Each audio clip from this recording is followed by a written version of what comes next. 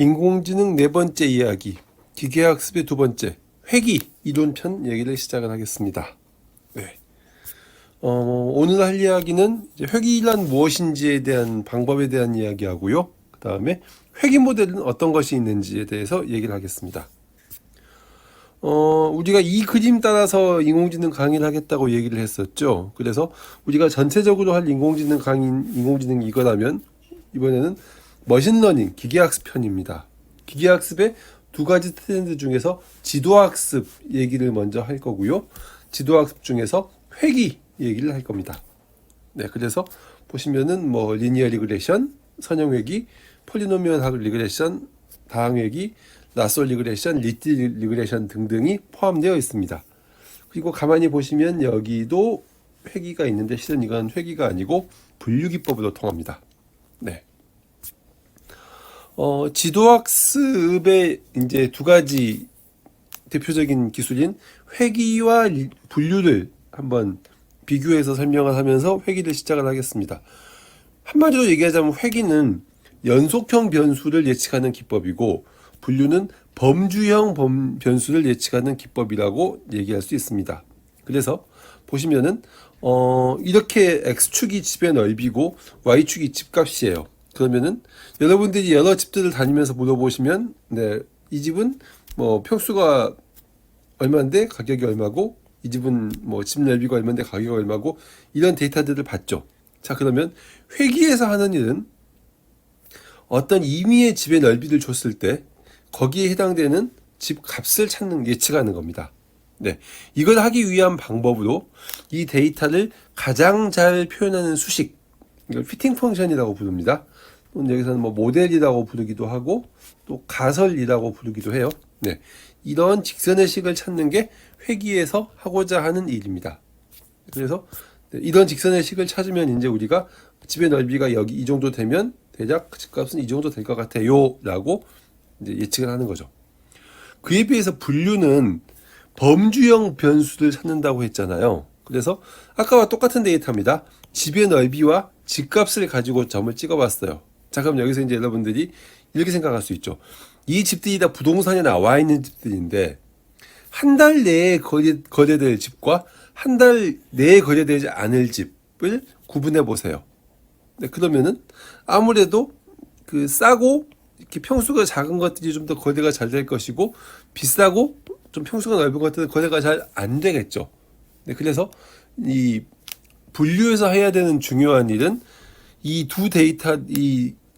두 데이터의 그룹을 가장 잘 구분하는 디시전 바운더리, 경계를 찾는 게 이 분류의 사실입니다. 그래서 이와 같은 직선의 식을 찾으면 이 직선에 따라서 직선의 밑에 있는 집들은 한 달 내에 거래될 집들, 직선의 오른쪽에 있는 점들은 한 달 내에 거래되지 않을 집이라고 우리가 구분을 할 수가 있는 거죠.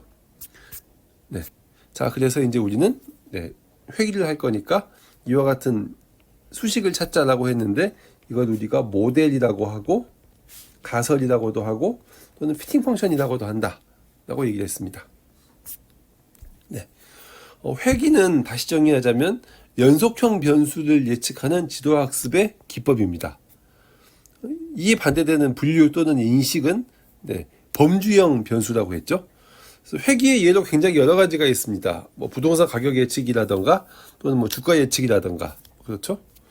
그리고 이 회귀에서 사용할 수 있는 데이터셋이 굉장히 다양한 형태로 제공이 되고 있습니다.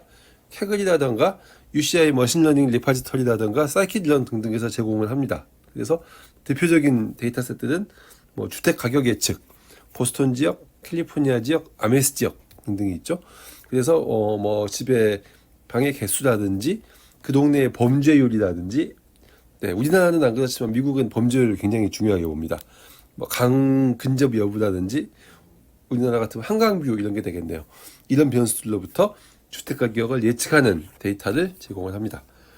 다이아몬드 가격 예측도 비슷한 문제입니다. 다이아몬드의 가치를 결정하는 4C, 그래서 캐럿, 컬러, 클래리티, 커팅을 주면 이게 얼마짜리 다이아몬드다 라고 예측을 하는 거죠.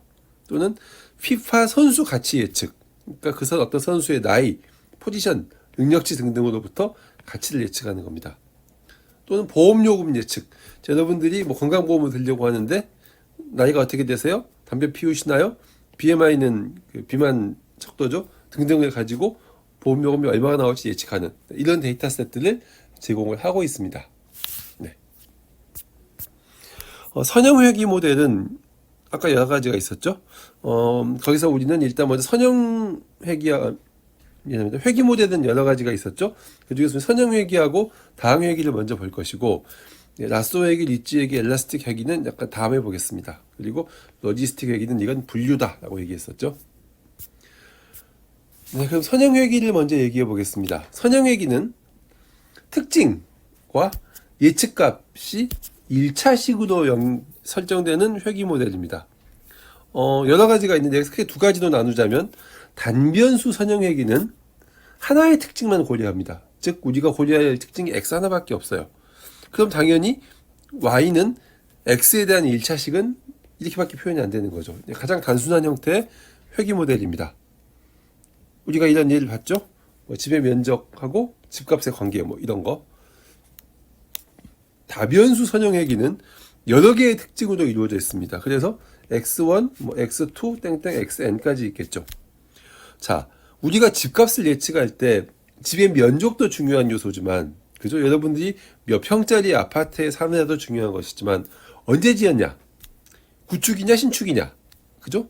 지하철역하고 가깝냐? 역세권이냐? 아니냐? 이런 것들도 집값에 영향을 미치겠죠?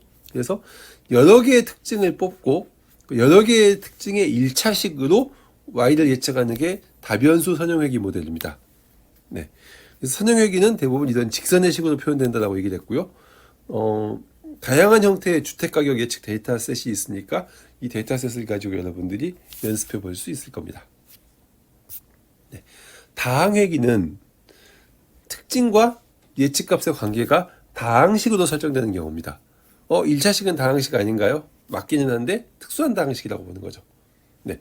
여기도 마찬가지로 단변수 다항회귀와 다변수 다항회귀가 있는데, 단변수 다항회귀는 1차 하나의 특징만을 이용합니다.